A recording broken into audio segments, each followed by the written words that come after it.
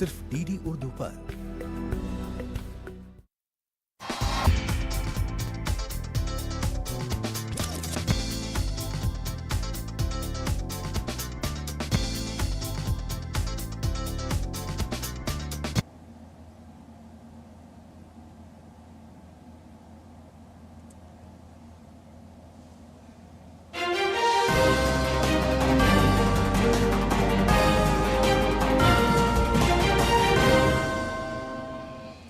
आदाब नाज़रीन, खबरनामे में आपका इस्तकबाल है। मैं हूं साइमा खान। सबसे पहले नजर हेडलाइंस पर।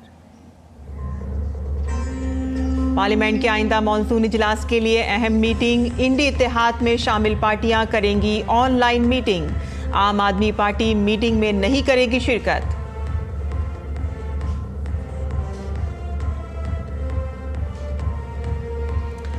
मरकजी वजीर दाखिला अमित शाह ने उत्तराखंड में मुख्तलिफ प्रोजेक्टों का किया इफ्तिताह और रखा संगे बुनियाद। कहा कि वजीर आज़म नरेंद्र मोदी की क़यादत में उत्तराखंड में 1 लाख करोड़ रुपए की सरमायाकारी बन गई है जमीनी हकीकत।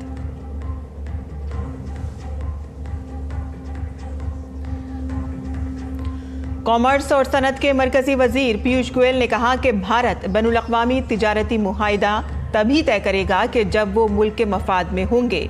उन्होंने कहा कि अमेरिका के साथ तिजारती बातचीत जारी है।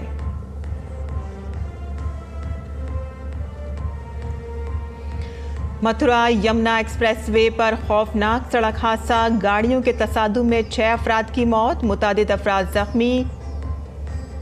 बस उलटने से 8 अफराद जख्मी।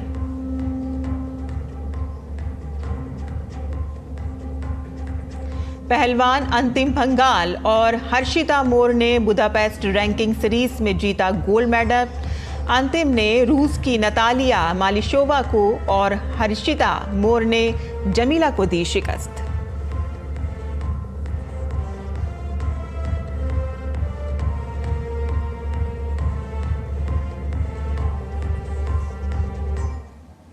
और अब खबरें तफसील से।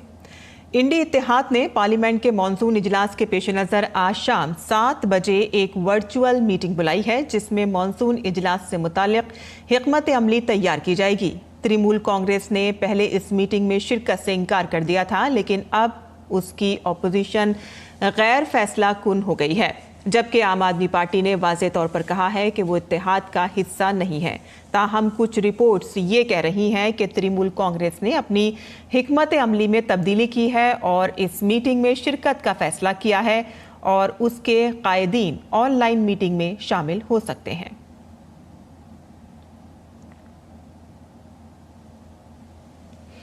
ईडी ने हरियाणा के शिकोपुर गांव में 3.2 एकड़ अराजी मामले में कांग्रेस एमपी प्रियंका गांधी वाड्रा के शौहर रॉबर्ट वाड्रा के खिलाफ एक ज़िमनी प्रोसिक्यूशन शिकायत दाखिल की है, जिसमें बदउनवानी, जालसाजी और धोखाधड़ी जैसे संगीन इल्जामात शामिल हैं। इस मामले में ईडी ने 36 करोड़ रुपए की 43 जायदादें जब्त की हैं, जिस पर कायदे हिज़्ब इख्तिलाफ राहुल गांधी ने ट्वीट करके बीजेपी हुकूमत को निशाना बनाया है। अब बीजेपी के रुकन पार्लियामेंट सुधांशु त्रिवेदी ने जवाबी हमला करते हुए कहा कि बदउनवानी में डूबी कांग्रेस पार्टी के तमाम खानदान के अफराद एक दूसरे की बदउनवानी पर पर्दा डालने के लिए एक साथ खड़े हैं। उन्होंने इस मामले पर राहुल गांधी से भी सवाल पूछा। उन्होंने कहा कि राहुल गांधी को वाज़े करना चाहिए कि आया उन्होंने रॉबर्ट वाड्रा के दिफा में जो पोस्ट किया है वो उनकी ज़ाती हैसियत में था या अपोजिशन लीडर के तौर पर। रॉबर्ट वाड्रा जी के ऊपर जो विधिक कार्रवाई चल रही है उस पर प्रतिक्रिया करते हुए अपनी कुंठा की अभिव्यक्ति की है। भ्रष्टाचार में आकंठ डूबी इस कांग्रेस पार्टी के सभी परिवार के प्रथम सदस्य एक दूसरे के भ्रष्टाचार को कवर अप करने के लिए साथ आकर खड़े हुए हैं। कांग्रेस पार्टी से सवाल है कि श्री राहुल गांधी जी ने जो ट्वीट किया है वो व्यक्ति के रूप में किया है या नेता प्रतिपक्ष के संवैधानिक पद के रूप में किया है या नेता प्रतिपक्ष के संवैधानिक पद का दुरुपयोग अपने पारिवारिक गुनाहों को बचाने के लिए किया। और बदउनवानी के मामले पर कांग्रेस पार्टी पर हमला करते हुए सुधांशु त्रिवेदी ने ये भी कहा कि बदउनवानी में डूबी हुई कांग्रेस पार्टी के लोगों को हर मैदान में मनफी पहलू नजर आता है। ट्रंप का बयान हो या टीआरएफ का मामला, आज चीन ने भी दहशतगर्दाना हमले की मजम्मत की, लेकिन जो लोग सबसे ज्यादा बैरूने मुल्क सफर करते हैं वो खारजा पॉलिसी को नहीं समझते। भारत ने बड़ी विशिष्ट कूटनीतिक दक्षता हासिल की जब टीआरएफ को प्रतिबंधित घोषित करवाया। आज चाइना ने भी उस मुद्दे के ऊपर आलोचना कर दी है आतंकी हमले की, मगर अफसोस की बात यह है जो सबसे ज्यादा विदेश घूमते हैं उन्हें विदेश नीति की समझ नहीं है, और जो विदेश नीति को सर्कस कहते थे, मुझे लगता है उन्हें अपने दिमाग के सर्किट को चेक करने की आवश्यकता है। मॉनसून इजलास शुरू होने से पहले सुधांशु त्रिवेदी ने कहा कि इंडी इत्तेहाद में तनाजा और टूट फूट दोनों ही नजर आ रहे हैं। इंडी गठबंधन के अंदर तकरार और बिखराव दिखाई पड़ रहा है। आम आदमी पार्टी ने कह दिया है कि वह इंडी गठबंधन से अलग है, तो हम तो यह अपेक्षा करते हैं कि एक सकारात्मक दृष्टि से इस संसद के सत्र का प्रभावी और उपयोगी प्रयोग विपक्ष के द्वारा किया जाए, परंतु इंडी गठबंधन के अंदर जो कुछ हो रहा है संसद सत्र की पूर्व संध्या पे, उसे देख के तो मुझे बस ये नजर आता है कि जब रात है इतनी मत वाली तो सुबह का आलम क्या होगा, ये देखने में पता चलेगा जब संसद का सत्र शुरू होगा। वजीर इत्तलात व नशरियात अश्वनी वैष्णव ने आईआईटी हैदराबाद के 14वें कॉन्वोकेशन में शिरकत की। उन्होंने मुख्तलिफ कोर्सेस मुकम्मल करने वाले तलबा को डिग्रियां तकसीम की। तकरीब से खिताब करते हुए मरकजी वजीर ने कहा कि हुकूमत ने 6 सेमीकंडक्टर प्लांट्स को मंजूरी दी है और हिंदुस्तान जल्द ही दुनिया के 5 टॉप सेमीकंडक्टर ममालिक में शामिल हो जाएगा। Today, as we speak, already we have 6 units which are under construction. The first made in India chip, manufactured in India chip on a commercial scale, will be manufactured in this year 2025. The way we have created the talent pool, the way we are promoting the design, and the way we are going deeper into the capital equipment and the materials required for semiconductors, India will become one of the top 5 semiconductor nations in the world in the coming years. मरकजी वजीर इत्तलात व नशरियात अश्वनी वैष्णव ने कहा कि हमारी कोशिश है कि जब कोई नई ट्रेन आए तो उसकी टेक्नोलॉजी बेहतर हो और उसकी कीमत कम हो। मरकजी वजीर ने कहा कि हिंदुस्तान अगस्त या सितंबर 2027 तक पहली बुलेट ट्रेन चलाने के काबिल हो जाएगा। People will try to put more faith and confidence in trains coming from Japan or trains coming from Germany and France. When a train is coming from India, it has to be better on technology, lower on cost. That's what we are targeting. We are building more than 1,300 stations, right? Complete reconstruction. That is the pace at which we are taking up these stations. Kavach, world's unique automatic train production system, practically designed here in Hyderabad. I must also mention that the first bullet train project is also rapidly progressing. We should see a bullet train running in 2027, somewhere in August or September. Uttarakhand की धामी हुकूमत की तरफ से 1 लाख करोड़ की सरमायाकारी पर उत्तराखंड के उधम सिंह नगर जिले के रुद्रपुर में सरमायाकारी उत्सव मनाया गया। मेहमान खुसूसी मरकजी वजीर दाखिला अमित शाह ने इस प्रोग्राम में उत्तराखंड हुकूमत के 1271 करोड़ रुपए के मुख्तलिफ तरक्याती कामों का इफ्तिताह किया और संग बुनियाद रखा। प्रोग्राम में सनती ग्रुपों के साथ दस्तखत किए गए मुआहदे अब हकीकत बन रहे हैं। इस मौके पर मरकजी वजीर दाखिला अमित शाह ने कहा कि पहाड़ी रियासत में सरमायाकारी लाना उतना ही मुश्किल है जितना कि पहाड़ों पर चढ़ना। धामी हुकूमत की तारीफ करते हुए अमित शाह ने कहा कि 1 लाख करोड़ की सरमायाकारी उत्तराखंड के टायर 2 और टायर 3 शहरों तक पहुंच गई है।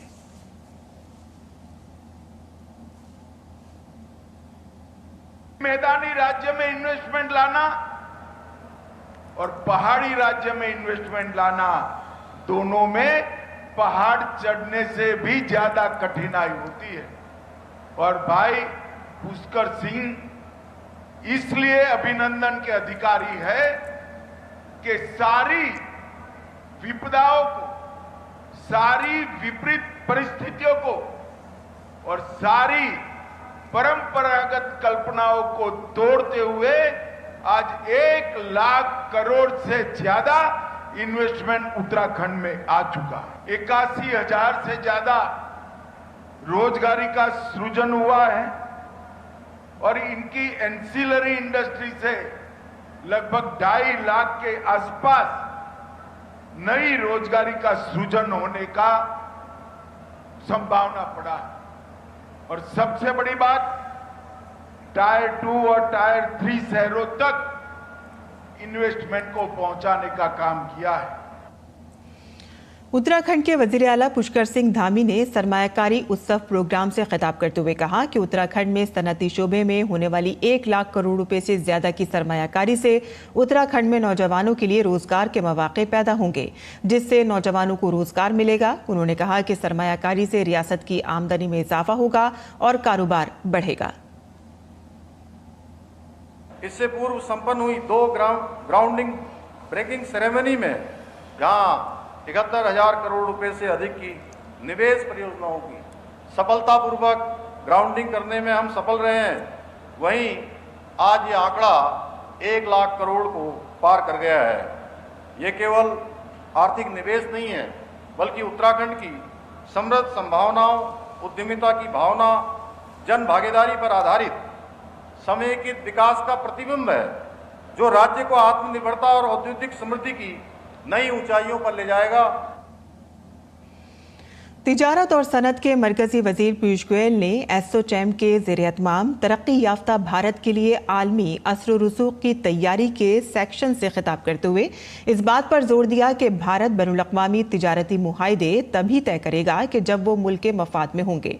गोयल ने जोर देकर कहा कि अगर भारत को एक अच्छा तिजारती मुआहदा मिलता है तो हम उसके साथ आगे बढ़ेंगे, अगर नहीं तो हम आगे नहीं बढ़ेंगे। उन्होंने कहा कि भारत हमेशा कौमी मफाद को तरजीह देता है। अमेरिका के साथ तिजारती बातचीत के बारे में गोयल ने कहा कि अमेरिका के साथ बातचीत जारी है। Our negotiation strategy hinges on national interest. At no point of time will the Modi government ever allow national interest to be compromised. That is the pillar on which all negotiations, all discussions, all dialogue with any country in the world is taken forward. सनतकारों के एक इज्तिमा से खिताब करते हुए पीयूष गोयल ने micro, small and medium enterprises MSME sector में जहनियत की तब्दीली की अहमियत पर जोर दिया। उन्होंने छोटी और बड़ी कंपनियों के दरमियान इज्तिमाई तरक्की और बाहमी ताउन पर जोर दिया। अहदाफ, रहनुमाई और जहनियत में तब्दीली की ज़रूरत पर जोर देते हुए उन्होंने कहा कि कंपनी छोटी हो या बड़ी, सबको मिलकर तरक्की करनी होगी। हमें एक दूसरे का साथ देना होगा और लोकल के लिए आवाज़ उठानी होगी। उन्होंने MSMEs को आलमी सतह पर मुकाबला करने के लिए तहकीक, इख्तरा, मयार और तौसी पर तवज्जो देने की ज़रूरत पर भी जोर दिया। इन्फोर्समेंट डायरेक्टोरेट ने ऑनलाइन बैटिंग ऐप्स से मुतालिक मामलात की तहकीकात के सिलसिले में गूगल और मेटा को नोटिस जारी किया है। एजेंसी का इल्जाम है कि इन दोनों कंपनियों ने बैटिंग ऐप्स को फरोग दिया और अपने डिजिटल प्लेटफॉर्म पर अपने इश्तिहारात और वेबसाइट को अहमियत दी। अब ईडी ने दोनों कंपनियों के नुमाइंदों को 21 जुलाई को पूछताछ के लिए बुलाया है। इस पूरे मामले में ये पहला मौका है कि जब भारत में काम करने वाली एक बड़ी टेक कंपनी को सट्टेबाजी जैसे मामलात के लिए बराह रास्त जवाबदेह ठहराया जा रहा है। ईडी की यह कार्रवाई ऑनलाइन सट्टेबाजी के खिलाफ जारी जामे मुहिम का हिस्सा है, जिसमें कई बड़े नामों और डिजिटल प्लेटफॉर्म्स के किरदार की जांच की जा रही है। ईडी के इस इकदाम से जाहिर होता है कि तहकीकात अब बड़े पैमाने पर की जा रही है और इससे कबल भी कई फिल्मी सितारे और सोशल मीडिया पर असरअंदाज होने वाले गैर कानूनी बैटिंग ऐप्स को फरोग देने के इल्जाम में तहकीकात की जद में आ चुके हैं।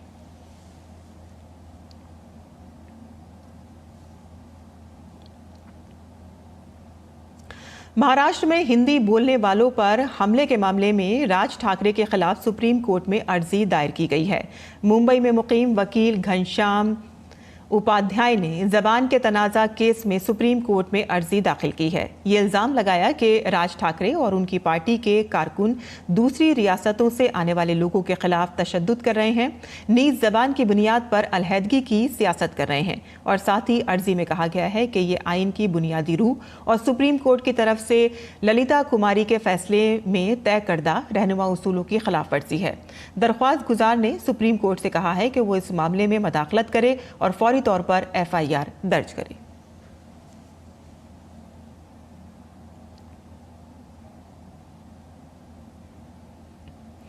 मथुरा में यमुना एक्सप्रेस वे पर एक बड़ा सड़क हादसा पेश आया है। तेज रफ्तार इको कार और ट्रक के दरमियान तसादुम में 6 अफराद हलाक हो गए, जबकि हादसे में 2 अफराद जख्मी भी हुए हैं।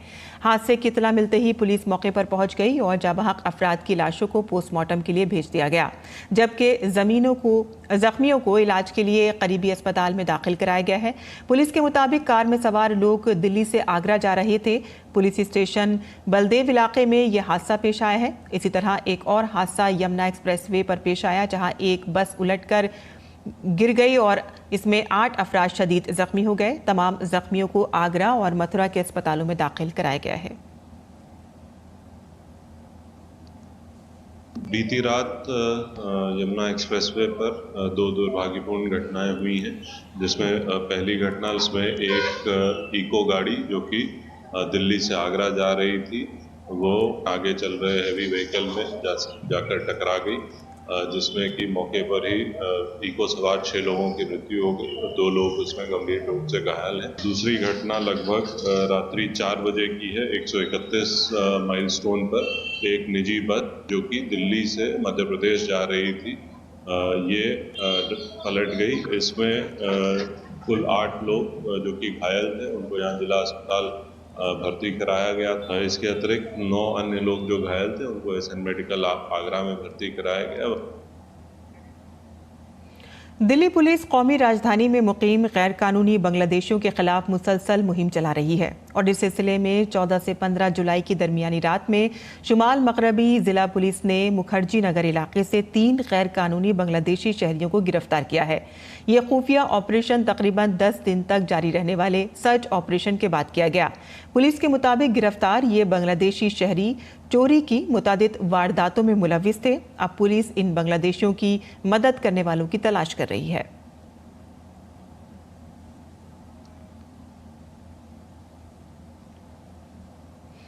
वाराणसी उत्तर प्रदेश में मनशियात से पाक भारत मुहिम के तहत प्रोग्राम मुनक़िद किया गया।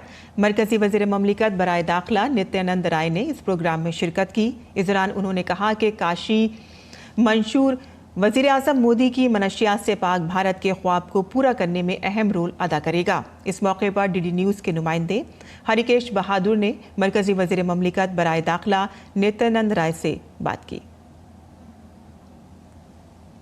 नित्यानंद राय जी हैं गृह राज्य मंत्री, आए हुए हैं नशा मुक्त भारत का जो अभियान चल रहा है युवाओं के लिए, काशी में है। युवा कल्याण खेल मंत्रालय के द्वारा 3 दिवसीय काशी में महादेव की नगरी काशी के सावन महीने में यहाँ पूरे देश भर की बड़ी बड़ी महत्वपूर्ण संस्थाओं को, चाहे वो आध्यात्मिक हो या सामाजिक हो या सांस्कृतिक हो, सबको बुलाकर एक सम्मेलन किया गया है। इसका बहुत ही अच्छा परिणाम आएगा और पूरे मोदी जी की सरकार इस एक साथ इस प्रयास में लगी है और खास करके कई मंत्रालय पर यह दायित्व दिया गया है, चाहे वह शिक्षा का हो, खेल का हो, युवा का हो, चाहे सामाजिक कल्याण का हो या गृह मंत्रालय का हो, तो सब मिलकर हम नशा मुक्त भारत अभियान में लगे हैं। जरूर सफलता मिलेगी। काशी से एक संदेश आपका।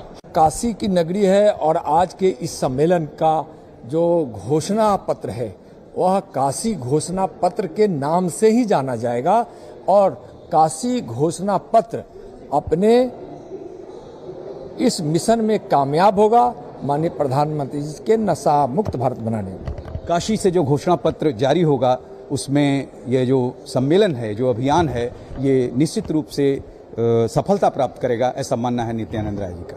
Doctor Harikesh Bahadur Singh Gautam. D D news Varanasi. Jammu Kashmir police की special intelligence service Kashmir branch ने आज दहशतगर्द ग्रुपों में भर्ती से मुतालिक एक मामले में वादी कश्मीर के 4 अजला में 10 मकामात पर तलाशी ली। दहशतगर्दों की स्लीपर सेल्स और रिक्रूटमेंट मॉडल्स का सुराग लगाने के लिए तलाशी ली जा रही है। CI के गांदरबल में 6, बडगाम में 2 और पुलवामा और श्रीनगर में एक जगह पर तलाशी मुहिम चलाई जा रही है। हुक्काम ने बताया है कि छापा जो आज सुबह शुरू हुआ दहशतगर्दी के जराइम और दहशतगर्द ग्रुपों में भर्ती से मुतालिक एक मामले में मारा जा रहा है और इस मामले में तलाश जारी है। दिल्ली में नेशनल सिक्योरिटी गार्ड्स ने दहशतगर्दाना हमलों से निपटने की तैयारियों के हिस्से के तौर पर एक मॉक ड्रिल का इनेकाद किया। दी क्लैरिजिस होटल समेत 10 मकामात पर की जाने वाली इस मश्क का मकसद सिक्योरिटी इदारों के दरमियान हम आहंगी और फौरी रद्द-ए-अमल को यकीनी बनाना है। इस मॉक ड्रिल के दौरान दिल्ली पुलिस का स्पेशल सेल, मुख्तलिफ सिक्योरिटी एजेंसियां, फायर टीमें और मेडिकल टीमें भी शामिल थीं। इस मश्क में आवाम की शिरकत को यकीनी बनाया गया ताकि किसी किस्म की झूठी अफवाहें ना फैल सकें। पेश है हमारी नुमाइंदे मुकेश शुक्ला की ये रिपोर्ट।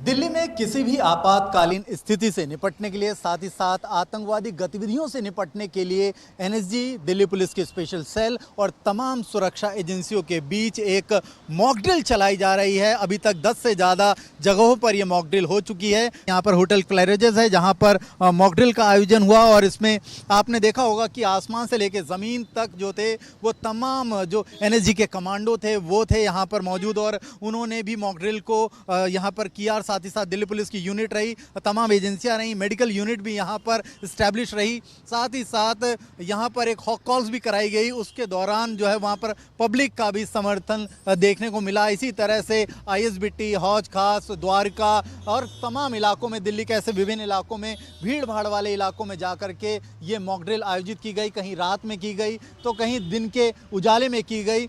इस मॉक ड्रिल का मकसद है कि दिल्ली की सुरक्षा को चाक चौबंद करना। साथ ही साथ आगामी दिनों में मॉनसून सेशन है पार्लियामेंट में और उसके बाद 15 अगस्त की तैयारियां जो जोर शोर से चल रही हैं उसके लिए भी ये मॉक ड्रिल सुनिश्चित की गई। यानी किसी भी तरह की आतंकवादी गतिविधि से निपटने के लिए तमाम एजेंसियां किस तरह से अलर्ट हैं इसका जो है वो जायज़ा लेने की कोशिश की गई। कोई भी अगर माहौल ख़राब करने की कोशिश करता है तो उससे कैसे निपटा जाए इस पर भी पूरी की पूरी जो है वो ये मॉक ड्रिल जो थी उसके लिए भी तैयार की गई थी। और इस मॉक ड्रिल का सारा वीडियो एनालिसिस होगा। उसके बाद ये पता लगाने की कोशिश की जाएगी कि और किस तरह की मॉक ड्रिल की ज़रूरत हो सकती है। तो ये स्पेशल जो था मॉक ड्रिल वो NSG के द्वारा आयोजित किया गया था और सुरक्षा को पुख्ता करने की कोशिश थी। कैमरा मॉन्टी के साथ मुकेश शुक्ला, DD न्यूज़, दिल्ली। और भारत दिफा के शोबे में तेजी से खुद इन्हिसारी हासिल कर रहा है। फौज के तीनों विंग्स के लिए दिफाई साजो सामान मेक इन इंडिया पहल के तहत तैयार किए जा रहे हैं। भारतीय हथियारों की गूंज आसमान से जमीन तक सुनाई दे रही है और इससे साफ जाहिर होता है कि भारत किस तरह से तेजी से दिफाई शोबे में अपनी मजबूत मौजूदगी का मुजाहिरा कर रहा है। देखिए हमारी ये खास रिपोर्ट। मुल्क का दिफाई शोबा मुसलसल इस्तेकाम पजीर है और वो भी खुद इन्हिसारी के साथ। नश्तर की सूरत में मुल्क की सलामती में एक नई कड़ी शामिल हो गई है। वजीर ममलिकत बराए दिफा और बहरिया के सरबराह की मौजूदगी में INS नश्तर को बाज़ाब्ता तौर पर बहरिया में शामिल किया गया। विशाखापट्टनम में पहली मकामी तौर पर डिजाइन और तैयार करदा डाइविंग स्पोर्ट पोर्ट INS नश्तर का आगाज किया गया। ये जहाज गहरे समंदर में रेस्क्यू ऑपरेशन के लिए डिजाइन किया गया है। इसे हिंदुस्तान शिपयार्ड लिमिटेड ने डिजाइन और बनाया है। ये गहरे समंदर में गोताखोरी और सबमरीन रेस्क्यू की सलाहियत रखता है। अब खुश्की पर शेर से मिलने के लिए समंदरों की गहराइयों से निकलना। शेर का मतलब है हिम्मत और फख्र की अलामत। भारत में तैयार होने वाली AK-203 assault rifle make in India की एक मुनफरद मिसाल है। ये rifle Indo Russian private limited ने तैयार की है। 2032 तक शेर फौज में तैनात 6 लाख से ज्यादा इंसास राइफल्स की जगह ले लेगा। अब चलती हैं जमीन से आसमान की जानिब। जुमेरात को भारत ने पृथ्वी 2 और अग्नि 1 मिसाइलों का कामयाब तजुर्बा करके अपनी बहरी सलाहियतों को मजीद मजबूत कर लिया है। दरअसल इन दोनों मिसाइलों का जुमेरात को ओडिशा के चंडीपुर में मरबूत टेस्ट रेंज से तजुर्बा किया गया। ये दोनों शॉर्ट रेंज मिसाइल तमाम ऑपरेशनल और टेक्निकी मेयारात पर पूरा उतरते हैं। यही नहीं, भारत ने जुमेरात को एक अहम फौजी कामयाबी हासिल की है। भारतीय फौज ने लद्दाख सेक्टर में ऊंचाई पर वाक़े 2 तेज रफ्तार फजाई अहदाफ को कामयाबी से तबाह कर दिया। यह कार्रवाई आकाश प्राइम के जरिए की गई। इस कामयाबी को हिंदुस्तानी फजाई दिफाई सलाहियतों के मैदान में एक बड़ा कदम करार दिया जा रहा है। यह हिंदुस्तान की फजाई दिफाई सलाहियतों बिलखुसूस ऊंचाई पर ऑपरेशनल जरूरियात पूरा करने के लिए एक अहम कदम है। और अब बात करते हैं मकामी लड़ाका तैयारे तेजस के बारे में। हिंदुस्तान एरोनॉटिक्स लिमिटेड यानी HAL को L&T से हिंदुस्तान में तैयार करदा हल्के लड़ाका तैयारे तेजस MKI-A की असेंबली के लिए पहली सेट मिला है। यह हिंदुस्तान के मकामी लड़ाका तैयारा प्रोग्राम के लिए एक अहम संग मील है और दिफाई मैन्युफैक्चरिंग में अपने दिफा की तरफ एक मजबूत कदम है। विशाल बास्टो की रिपोर्ट, DD न्यूज़ उर्दू खबरें। और आज मुजाहिद आज़ादी मंगल पांडे का यौम पैदाइश है, जो भारत के अजीम फर्जंद और 1857 के इनकलाब के हीरो थे। वज़ीर आज़म नरेंद्र मोदी ने उन्हें खराज अक़ीदत पेश किया है। एक्स पर अपनी पोस्ट में वज़ीर आज़म नरेंद्र मोदी ने लिखा कि अजीम मुजाहिद आज़ादी मंगल पांडे को उनके यौम पैदाइश पर खराज अक़ीदत। वो मुल्क के सरकर्दा जंगजू थे जिन्होंने बरतानवी हुकूमत को चैलेंज किया और उनकी जुर्रात और बहादुरी की दास्तां अहले वतन के लिए मशअल राह रहेगी।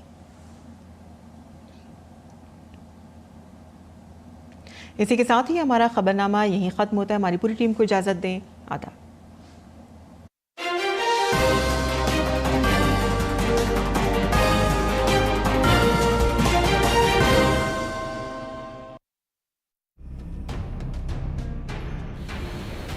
कश्मीर जैसे कहा जाता है कि स्वर्ग है और वाकई बहुत अच्छा है। 5-6 बार हो गया हमको आते हुए अमरनाथ यात्रा में।